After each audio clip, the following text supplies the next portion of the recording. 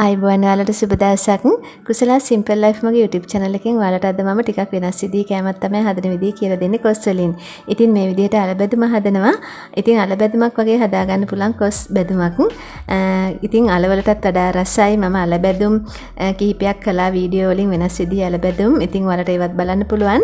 අද මම මේක හදන්නේ කොස් වලින් ගොඩාක් රසයි. ඇත්තටම හැමදේම ගණන් ගිය කාලේ වත්තේ කොස් තියනවා නම් ඉතාමත්ම වටිනවා මේ විදිහට හදා ගන්න. ඉතින් විවිධ විදිහට කොස් හදා ගන්න පුළුවන්. ඉතින් ඒ කොස් හදා ගන්න අතරේ මේ විදිහටත් හදලා බලන්න. ඉතින් ඔයාලා නිමාඩු වෙලාවට කොස් ටිකක් වැඩිපුර ගලවලා ෆ්‍රිජ් එකේ උඩ කෑල්ලට දාලා තියාගන්න. ෆ්‍රිජ් එකේ උඩ කෑල්ල කියන්නේ ෆ්‍රීසර් එකට දාලා තියාගත්තාම මේක සති දෙකක් වුණත් තියාගන්න පුළුවන්. හොඳට පොලිතින් එකකින් ආවරණය කරලා ඒකට දාන්න. ඊට පස්සේ ඔයාලා මේක හදන්න ගන්නකොට ඉක්මනින්ම වතුර එකකට දාලා කපලා ගන්න.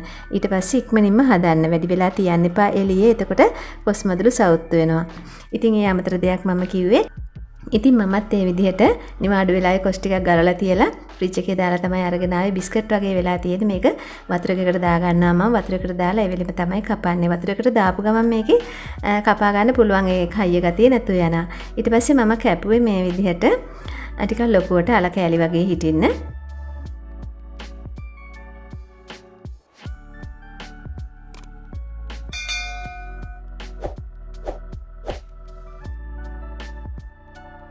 කොටු හැඩයට මේ විදිහට කපා ගත්තා. කපාගෙන දැන් මේක ස්ටීම් කරගන්න ඕනේ. මම රයිස් කුකර් එකේ තමයි ස්ටීම් කරගත්තේ. ඉතාමත්ම ලේසි රයිස් කුකර් එකේ ස්ටීම් කරගන්න එක.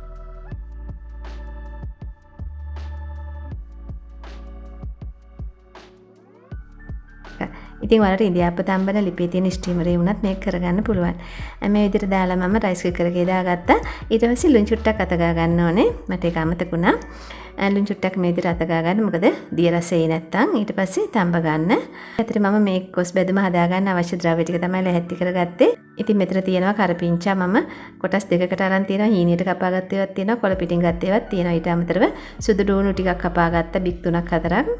බී ලුණු ගෙඩියකින් කෑල්ලක් කපා ගත්තා. අමු මිරිස් තක්කාලි ගෙඩියකුත් කෑලි කපා ගත්තා මම මේ විදියට. මේ තියෙන අම්මිරිස් කරල් ටිකක් ඒක මම දෙකට පළලා ලුණු චුට්ටක් අත ගා ගන්නවා. වතුර චූට්ටක් දාලා. මොකද එතකොට රසයි දිය රසෙ එන්නේ නැහැ බෙදුනහම.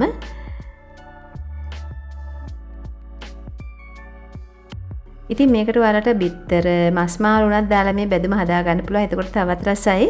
ඉතින් විනාඩි 4න් 5න් කොස් ටික තැම්බෙනවා. මොකද මම ටිකයි තියුවේ. ඔයාලා ගොඩාක් මේකේ දාලා තම්බනවා නම් ටිකක් වෙලා යයි. ඒ වගේම බෙරි කරගන්නත් එපා. සාමාන්‍යයෙන් තැම්බිලා තිබුණාම ඇති. දැන් හරි මේ කොස් ටික මම අයින් කරගත්ත රයිස් කුකර් එකෙන්. ඉතින් චුට්ටක් නිවෙන්න තියුවා. ඊට පස්සේ මම පෑන් එකක් ලිපේ තියුවා මේක හදා ගන්න ඕනේ දැන්. තෙල් මේස හැඳි දෙකක් තුනක් විතර දාගත්තා. දාගෙන ඉස්සෙල්ලම දාගත්තේ අබ. තෙල් රත් වෙලා හොඳට අබ ටික උඩ පුපුරලා විසි වෙනකොට මම අම්මිරිස් ටික දාගත්තා. අම්මිරිස් ටික ටිකක් බැදෙන්න ඕන තෙලෙන් මේ විදිහට. ඊට පස්සේ සුදු ලුණු හීනියට කපාගත්තු කරපිංචා ඒ ටික දාලා බෙද ගන්න. හොඳට සුවඳ එන ප්‍රමාණයට බෙද ගන්න. ඊට පස්සේ ලුණු ටික කපාගත්තු ලුණු ටික ඊට පස්සේ මම අමතරව ගත්ත කරපිංචා ටික දැන් හොඳට මේක මිශ්‍ර වෙන්න බෙද ගන්න. මම ලුණු චුට්ටක් එකතු කරනවා.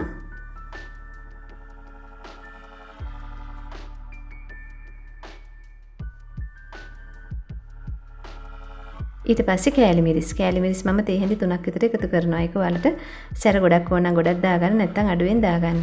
ඊට පස්සේ හොඳට මිශ්‍ර කරන්න. දැන් මම මේ කපාගත්තු තක්කාලි තමයි දාගන්නේ. තක්කාලි ටික මම අන්තිමට තමයි එකතු කරේ. ඊට පස්සේ වැඩි වෙලා තියන්න එපා. කෑලි මිරිස් ටික කර වෙලා යයි. ඉක්මනින් කොස් ටික එකතු කරනවා මම.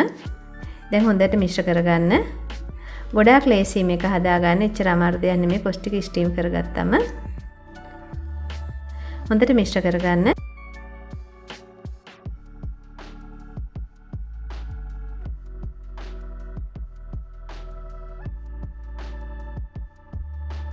ඔයාලට තියෙනවා නම් මේකට සෝයා සෝස් ටිකකුත් දාගන්න.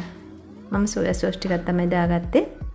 ඉතින් මම අර ඉස්සෙල්ලා කිව්වා වගේ ඔයාලට මේක පුළුවන් කොස් කොත්තු එකක් වගේ හදාගන්න.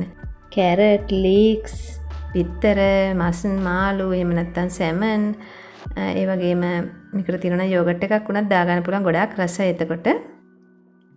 ඉතින් දැන් හරි අපේ මේ කොස් බැදුම ගොඩාක් රසයි ඇත්තටම වෙනසක්. ඔයාලා කැකුළු බත් වල පොල් සම්බෝලක් හදාගත්තා නම් මේ කොස් බැදුමත් එක්ක කන්න පුළුවන් ඉතාමත්ම රසයි. ඉතින් සුපුරුදු කෑමක් වෙනස් විදිහට හදන විදිය අද මම කියලා දුන්නේ. ඔයාලට වීඩියෝ එක හොඳයි කියලා හිතනවා නම් ලයික් එකක් දාන්න අදහසක් ලියන්න. ඒ වගේම යාළුවන්ටත් බලන්න ෂෙයා කරන්න. ඔයා තාම අලුත් එක්කෙනෙක් නම් මගේ channel එකට subscribe එකක් දාලා එකතු වෙන්න. නැවත මේ වගේ වීඩියෝ එකකින් අපි ඉක්මනින් හමු වෙමු. ගිහින් එන්නම්. සුබ දවසක්. නිරෝගී දිවියක් ඔයාලා සියලුම දෙනාට.